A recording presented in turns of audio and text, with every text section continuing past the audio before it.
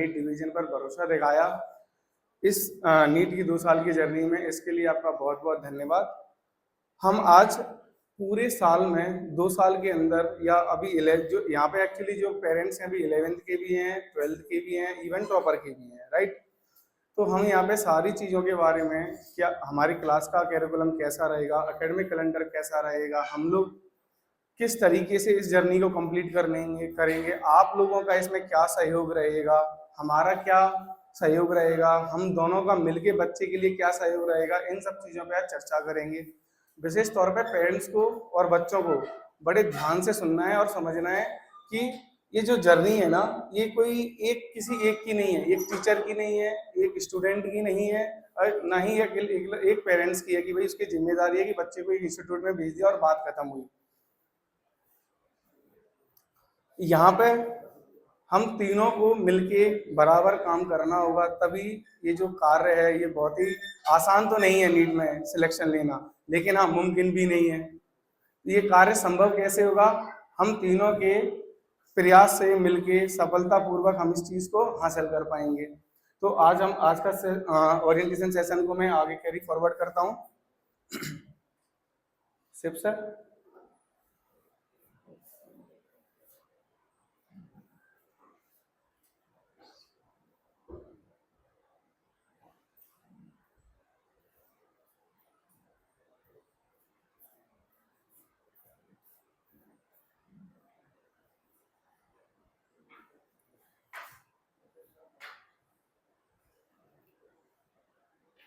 My self Vivek Sharma, मैं NEET division को lead करता हूँ और मैं यहाँ पे फिजिक्स लूँगा आपके लिए, and Anurag sir also physics लेंगे यहाँ पे। मुझे 11 ईयर्स अगर मैं कहूँ तो ये 11 ईयर्स ऑफिशियल है, और वैसे मुझे पढ़ाते पढ़ाते लगभग 13 साल हो गए हैं। हनुमंत यादव सर यहाँ पे जूलॉजी लेंगे, शिशिर पांडे सर यहाँ पर बॉटनी लेंगे, and Dilip Sahu sir chemistry लेंगे। अभी मैंने बताया अनुराग सर भी यहाँ पे फिजिक्स लेंगे। एंड सारे टीचर्स यहाँ पे अपने अपने सब्जेक्ट्स में स्पेशलाइज्ड हैं। सर जैसे जूलॉजी लेते हैं तो जूलॉजी में सर स्पेशलाइज्ड हैं, सर बॉटनी लेते हैं बॉटनी के स्पेशलाइज्ड हैं, और इनका जो तजुर्बा है सबका मिनिमम 10 ईयर प्लस है सबका। तो ये बहुत अच्छी बात है, क्योंकि कोई भी जर्नी है ना उसमें तजुर्बे का बहुत बड़ा महत्व है। ये जो एक्सपीरियंस होता है ये बहुत ज़्यादा मायने रखता है जर्नी के दौरान, क्योंकि हमें पहले से पता होता है 10 साल के अंदर टीचर हर फेस का, हर तरीके का फेस देख चुका होता है, हर तरीके का बच्चा देख चुका होता है, हर बच्चे की हर तरीके की हैबिट को देख चुका होता है, हर तरीके के क्वेश्चन की जो बच्चे की जो कैपेसिटी होती है, क्या पूछ सकता है, क्या इस टॉपिक में डाउट आ सकता है, वो सारा ऑलरेडी 10 साल के अंतराल के दौरान हर टीचर उस चीज़ को ऑलरेडी फेस कर चुका होता है। तो जब बच्चे की क्वेरी आती है तो एक टीचर के पास एक सटीक और सही आंसर होता है। तो एक्सपीरियंस बहुत मायने रखता है यहाँ पे फैकल्टीज का। ये हमारी पूरी शिखर नीट डिवीजन की पूरी टीम है, और जो कि आपके समझ खड़ी हुई है। ये थोड़ा शिखर के बारे में। शिखर 2010 में स्टेब्लिश हुआ था, अभी 15 साल कंप्लीट हो गए हैं, ये 16 साल चल रहा है। पहले अभी तक हम लोग जेई एडवांस में थे मेनली, लेकिन जेई एडवांस के बाद 2022 से हम लोग नीट डिवीजन में भी हैं, और जिस तरीके से हमने जेई में रिजल्ट दिए हैं बिल्कुल उसी को आधारशिला मानते हुए हमने नीट डिवीजन में भी बिल्कुल नीट के लिए भी सेम समकक्ष रिजल्ट लेके आए हैं हम लोग। जैसे कि अगर मैं आपको बताऊं, हमारा जो पहला बैच निकला था वो 2025 में निकला था। उस बैच में हमने 60 बच्चे लिए थे। प्लीज सर एक बार रिजल्ट पे आएंगे। 60 बच्चे लिए थे हमने। 60 बच्चों में 15 बच्चे सेलेक्ट हुए हैं, लेकिन अपियरिंग 55 बच्चे थे। 60 बच्चों का बैच था, लेकिन जो एग्जाम में नीट का जो एग्जाम देने गए बच्चे, तो 55 बच्चे ही एग्जाम देने गए, और उसमें 15 बच्चे गवर्नमेंट मेडिकल कॉलेज में पहुंचे, और उसमें से एम्स में भी बच्चा पहुंचा है, और एमपी टॉपर भी रहा था वो पीसीएमबी में। उसका नाम है रुद्र प्रताप सिंह। आपके सामने समकक्ष ये रिजल्ट है, और ये पहली साल का ही रिजल्ट है। जिस तरीके से शिखर ने जेई एडवांस में रिजल्ट दिया है, बिल्कुल वैसे ही उन्होंने, मतलब हम लोगों ने, शिखर टीम ने नीट डिवीजन में भी, बिल्कुल नीट में भी वही रिजल्ट दिए हुए हैं। ये 2024 का रिजल्ट था। जिस साल हमने ओपन किया था तो उसके 1 साल बाद ही जो रिजल्ट आया था वो भी बहुत बेहतरीन रिजल्ट था, जबकि हमारे पास बच्चे ही लगभग, हमने ड्रॉपर बैच नहीं बनाया था जनरल उस समय एक्चुअली। तो ये जो बच्चे थे रिलेटिव्स के ही थे। जब ओपन हो जाता है तो जब रिलेटिव्स के बच्चे होते हैं तो वो कहते हैं सर अब इनको तो आप ही देखिए। तो लगभग ऐसे 15-20 बच्चे थे, उनमें भी ऑलमोस्ट मुझे लगता है 10 बच्चे कॉलेजेस में पहुंच गए थे। तो ये वहीं से हमें थोड़ा सा कॉन्फिडेंस आया कि देखिए हम लोगों ने इन पे इतना मेहनत भी नहीं कर पाए थे, क्योंकि 1 साल ही, थोड़ा सा ही 6-7 महीने का ही मेहनत कर पाए थे इन लोगों पे, और उस मेहनत में भी ये सारे बच्चे निकल गए तो हमें बहुत ज्यादा अच्छा लगा। और सेकंड ईयर जो हमने अभी आपको बताया कि जब हमारा 2 साल कंप्लीट हुआ और पहला रिजल्ट आया, तो जो एक्सपेक्ट नहीं किया था उतना बेहतर रिजल्ट आया। बच्चे एम्स में भी गए, एमपी टॉप भी किया, मतलब बहुत ही अच्छा। अभी राइट नाउ जो इंडिया में डॉक्टर और पेशेंट जो रेशियो है वो है 1 डॉक्टर पर 811 पेशेंट। इसका मतलब ये है कि अब इसमें जो डॉक्टर्स हैं ना, सब तरह के गवर्नमेंट, सब तरह का डॉक्टर्स ऐड है, गवर्नमेंट, प्राइवेट, आयुर्वेद, जैसे एमबीबीएस ही नहीं है, आयुर्वेदिक, डेंटिस्ट, सब कुछ ऐड करने के बाद ये रेशो आ रहा है। मतलब एमबीबीएस का रेशो तो और भी बहुत कम, बहुत ज्यादा होगा यहाँ पे नंबर, है ना। और ये गवर्नमेंट इस रेशो को काफी कम ले जाना चाहती है। एट लीस्ट अभी जो प्रोजेक्शन लिया हुआ है वो 500 के नीचे लिया हुआ है। और इसी वजह से जो गवर्नमेंट है एवरी ईयर आप देखेंगे हर साल क्या हो रहा है, गवर्नमेंट मेडिकल कॉलेजेस बढ़ा रही है। अगर मैं 2024 की बात करूं, क्योंकि हम 24 से ही जब नीट में ओपन हुए पहला रिजल्ट निकाला, तो 24 में भी गवर्नमेंट ने 3 न्यू मेडिकल कॉलेज एमपी में ओपन किए। और लास्ट ईयर में 2025 की बात करूं तो 4 न्यू मेडिकल कॉलेज ओपन हुए एमपी में ही, और इस साल भी न्यू ओपन होने वाले हैं। मतलब ये है कि जो गवर्नमेंट जो अपने मेडिकल कॉलेजेस हैं, इन गवर्नमेंट मेडिकल कॉलेजेस को बहुत ज्यादा प्रमोट कर रही है ना। क्यों कर रही है? क्योंकि इनकी सच में हमें डॉक्टर्स की बहुत ज्यादा नीड है। क्योंकि हमारे यहाँ पे जो आप सभी जानते हैं कि पूरी दुनिया में भारतवर्ष में ही सबसे ज्यादा जनसंख्या है। तो अब जनसंख्या इतनी ज्यादा है तो फिर डॉक्टर्स की भी संख्या ज्यादा ही लगेगी ऑब्वियसली। आगे कीजिए सर प्लीज। अच्छा, एक बड़ा कंफ्यूजन होता है कि सर एमबीबीएस ही एक ऑप्शन होता है क्या? 12th में अगर 10th में अगर हमने बायोलॉजी ले लिया तो पेरेंट्स का ये बड़ा ही एक जेन्युइन सा क्वेश्चन आता है कि सर मैथ साइड से तो बहुत ऑप्शन होते हैं, लेकिन सर ये अगर हमने बायोलॉजी ली है तो हमें बस ऐसा लगता है कि एक जो है नीट ही है जो हम कर पाएंगे, या एमबीबीएस डॉक्टर नीट नहीं हुआ तो सर देन व्हाट, तो क्या? तो आपके सामने ये एक बहुत ही, मतलब सबसे ज्यादा पूछा जाने वाला क्वेश्चन है ये। तो इस क्वेश्चन का जवाब सर एक्सप्लेन करेंगे और आपके सामने है, प्लीज। हाँ।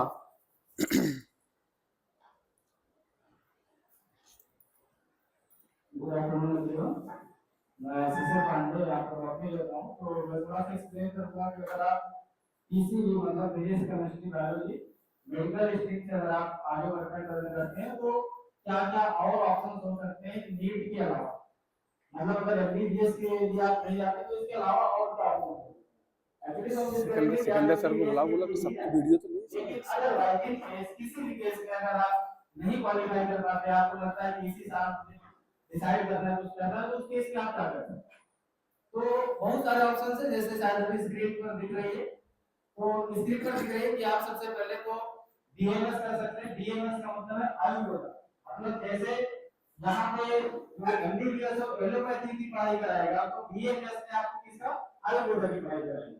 इसके अलावा डीएचएमएस है। डीएचएमएस क्या है? होम्योपैथी के लिए। तो आप डीएचएमएस मतलब होम्योपैथी के लिए डिग्री ले सकते हैं। उसमें आप होम्योपैथी डॉक्टर, गवर्नमेंट डॉक्टर बन सकते हैं, अपनी पर्सनल क्लिनिक चला सकते हैं। वो ऑप्शंस इक्विवेलेंट ही है। जैसे एक एमबीबीएस अपना प्रैक्टिस करता है मेडिकल फील्ड में, वैसे ही आयुर्वेद और होम्योपैथी डॉक्टर भी करते हैं। फर्दर बीडीएस है, जैसे डेंटल के बहुत सारे डॉक्टर्स हैं, तो इसमें भी वही चीज है कि आप डेंटल फील्ड में जाएंगे, दांत के डॉक्टर बनेंगे। फर्दर ये सारी जो स्क्रीन पे लिखी है सारी चीजें तो आप देख पा रहे होंगे। पैरामेडिकल कोर्सेज है। पैरामेडिकल कोर्सेज में जैसे कि आप डी फार्मा, फिजियोथेरेपी, बहुत सारे कोर्सेज आप लोग फेमिलियर होंगे सारी चीजों से कि आप डी फार्मा कर लें, डी फार्मा कर लें, फिजियोथेरेपी का कोर्स कर लें, या फिर आप लैब पैथोलॉजी वगैरह का कोर्स कर लें, रेडियोलॉजी का कोर्स कर लें, इन सब में भी अपॉर्चुनिटी काफी होती है। ऐसे ही बीएससी नर्सिंग, तो बीएससी नर्सिंग का क्या है कि नीट के थ्रू ही बीएससी नर्सिंग का कोर्स भी हो रहा है। इसके लिए कट ऑफ थोड़ी सी कम है। आप एक नर्सिंग की डिग्री ले सकते हैं जो 4 साल की होगी, अदरवाइज इसमें डिप्लोमा भी होता है, जैसे लोगों ने सुना होगा एनएम का कोर्स कर रहे हैं, तो उसको अपन क्या नाम देते हैं, डिप्लोमा देते हैं। तो उसमें भी आप अपना करियर बना सकते हैं। ये सारी चीजें जो स्क्रीन पे लिखी है, जैसे home science, BSc botany, zoology, microbiology, biotechnology, chemistry, या फिर और कुछ लिखा होगा BMLT, diploma in nursing, BSc nursing, ये सारी चीजें। इसके अलावा एक बहुत अच्छा फील्ड है बीएससी एग्रीकल्चर। एग्रीकल्चर फील्ड एक ऐसा फील्ड है मेरे हिसाब से, और जो प्रूवन है कि एग्रीकल्चर में जैसे अपॉर्चुनिटी खत्म नहीं होने वाली, खाने पीने की चीजों का कभी भी महत्व खत्म नहीं होगा। जितनी दवा, जितनी जरूरत आपको दवा की है, उससे ज्यादा जरूरत किसकी है, खाने पीने। डॉक्टर के पास भी आप जाएंगे तो डॉक्टर क्या बोलेगा, सबसे पहले आप अपना खान पान सुधारिए, डेली दिनचर्या सही करिए, खान पान अपना इंप्रूव करिए, दवा की जरूरत आपको कम करिए। तो एग्रीकल्चर फील्ड में अपॉर्चुनिटीज बहुत ज्यादा है, बस लोगों को नॉलेज उतनी ज्यादा भी नहीं है, लोग उतना ज्यादा भी एक्सप्लोर नहीं कर पा रहे। एग्रीकल्चर एक ऐसी फील्ड है जिसमें आप बीएससी इन एग्रीकल्चर अगर करते हैं तो पहली बात तो बहुत सारे ऐसे कॉलेजेस हैं जैसे IRI, Indian agriculture research institute, Delhi में है अपने पूसा में, वहां से अगर कोई बच्चा डिग्री करता है तो कैंपस प्लेसमेंट होता है। ऐसे ही बहुत सारे इंस्टीट्यूट अपने उत्तर प्रदेश के कानपुर में है, बीएचयू वाराणसी डिग्री देती है, हैदराबाद में सेंटर है। मतलब ये मैं टॉप कॉलेजेस की बात कर रहा हूँ। ऐसा नहीं कि आपके झांसी में या एमपी में एग्रीकल्चर के कॉलेज नहीं है, आप बीएससी इन एग्रीकल्चर आप यहाँ परस्यू नहीं कर सकते, बिल्कुल आप परस्यू कर सकते हैं। मैं जिन कॉलेज के नाम ले रहा हूँ ये बहुत अच्छे कॉलेज।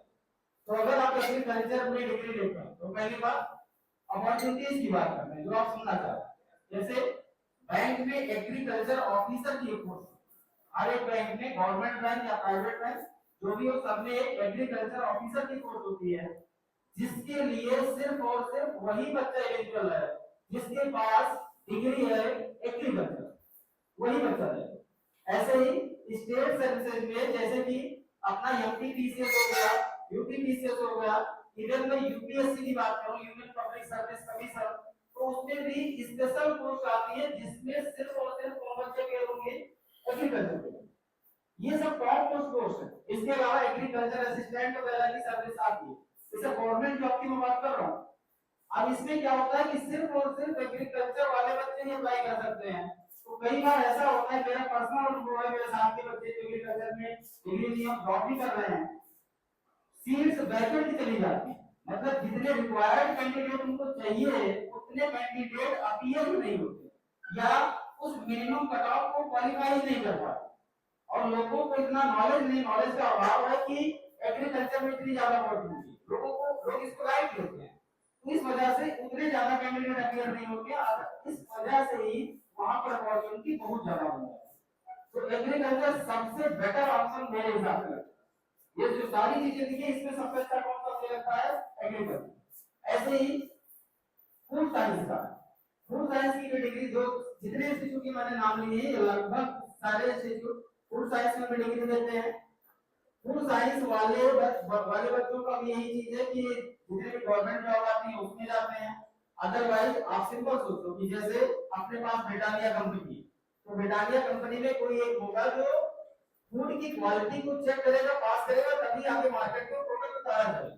तो वो कौन चेक करेगा कि इसमें, जैसे चलो बायोलॉजी की भाषा में बात नहीं करते, उसमें कैसे ये समझा करना जाएगा कि ये ह्यूमन के कंजम्पशन के लिए मतलब सारे कंडीशंस को फुलफिल कर रहा है।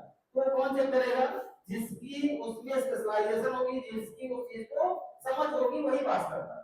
तो उसके लिए फूड साइंस वाले बच्चे जाते हैं। तो ये सारी चीजें हैं। बाकी अगर और भी क्वेरीज आपकी हैं करियर रिगार्डिंग कि एग्रीकल्चर मतलब अगर बायोलॉजी करते हैं तो आगे क्या ऑप्शन हो सकते हैं, तो उसको मतलब सेशन के बाद आप डिस्कस कर सकते हैं, ठीक है। सिलेबस, हाँ सिलेबस सबका सही रहता है। अगर आप बायोलॉजी जाते हैं तो आगे कोई ऐसी दिक्कत नहीं आने वाली। तो बच्चों के मन में कोई होती है कि सर हम बायो से किए एग्रीकल्चर में जाएंगे, कौन दिक्कत आएगी, हम कैसे पढ़ाई कर पाएंगे, सिलेबस ऑलमोस्ट सेम रहता है, थोड़ी-थोड़ी चीजें सेमेस्टर वाइज ऐड होती जाती है, और एमबीबीएस में भी होंगी, बीडीएस में, बीएमएस, बीएचएमएस सब में होंगी, वैसे ही इसमें भी होगी। ठीक है, तो बाकी कुछ क्वेरी अगर आपकी रह जाती है, कुछ डाउट मन में है तो सेशन के बाद आप पूछें। ठीक है, ठीक सर, इसमें करेंगे।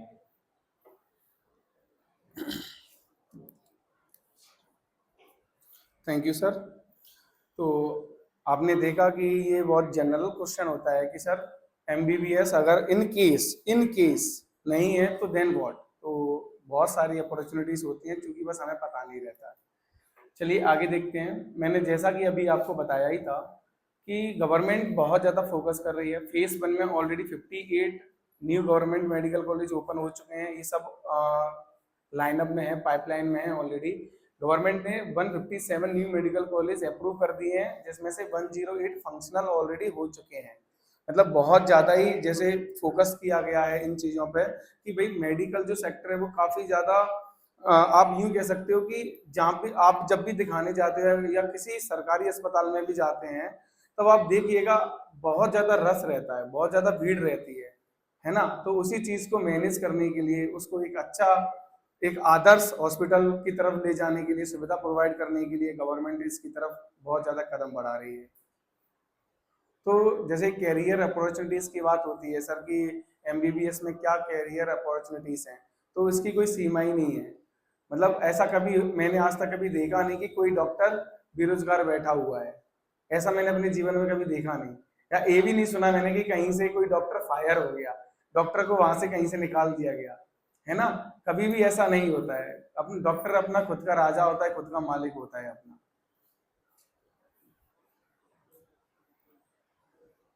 टोटल जो सीटें हैं अभी यहाँ पे देख सकते हो आप, एमबीबीएस की जो टोटल सीटें हैं वो 106633 इतनी है। बीडीएस के 27868 और काफ़ी सारी कॉलेज हैं। टोटल अगर मैं कॉलेज की बात करूँ तो 1,77,376 सीटें हैं टोटल, जिसमें गवर्नमेंट के लिए जो सीटें हैं वो 55,468 55,468 सीट्स हैं। अब इसमें कुछ और ऐड हो गई हैं, जैसा कि अभी आपको मैंने यहाँ पे बताया कि 24 में 300 सीट बढ़ी थी, 25 में 450। ये गवर्नमेंट सीट्स का डाटा बता रहा हूँ, एमपी का, है ना, ये एमपी का डाटा है। और अभी आप नीचे देखिएगा कि 2026-27 का जो बजट आया है, अभी जो लेटेस्ट बजट आया था उसमें भी आप देखेंगे कि 43 न्यू मेडिकल कॉलेजेस ओपन होने की बात हुई है ना। तो अब यहाँ पे आप देखिए कि गवर्नमेंट हर अपने बजट में हर साल दर क्या कर रही है, यहाँ पे मेडिकल में बहुत ज्यादा फोकस्ड है, उसकी तरफ बहुत ज्यादा काम किया जा रहा है। तो यहाँ पे कैरियर अपॉर्चुनिटीज को लेके तो कभी कोई क्वेश्चन उठेगा ही नहीं जीवन में।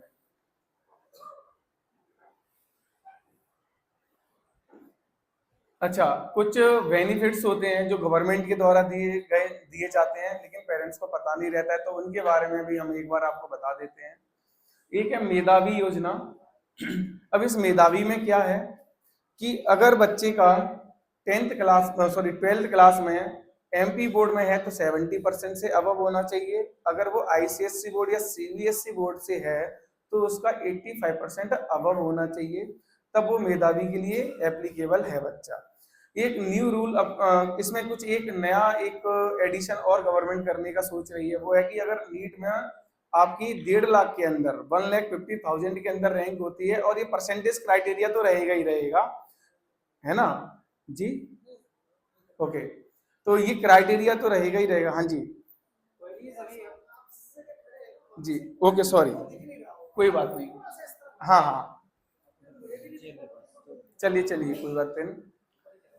हाँ अभी दिख रहा है, ठीक है, ओके ओके। तो मैं फिर से रिपीट करता हूँ, मेधावी योजना मध्य प्रदेश में ही है ये सर, प्लीज, मध्य प्रदेश में ही है ये, है ना। मध्य प्रदेश सरकार ने क्या किया है कि जो भी छात्रों के 70% से 12th में ज्यादा आते हैं एमपी बोर्ड और सीबीएसई और आईसीएसई बोर्ड में अगर उसके 85% से अबव आते हैं तो उनके लिए उन्होंने क्या किया, एक जैसे सुविधा दी है। इसमें वो जैसे कभी ऐसे कहते हैं ना कि सर हम प्राइवेट में तो जो है ना इतनी हमारी वो नहीं है कैपेसिटी की फीस पे कर पाए, ठीक है। तो सरकार ने कहा कोई बात नहीं, आपका बच्चा अगर पढ़ना अगर अच्छा है पढ़ने में तो उसकी मदद हम करेंगे, अगर आपका बच्चा पढ़ने में ठीक है तो।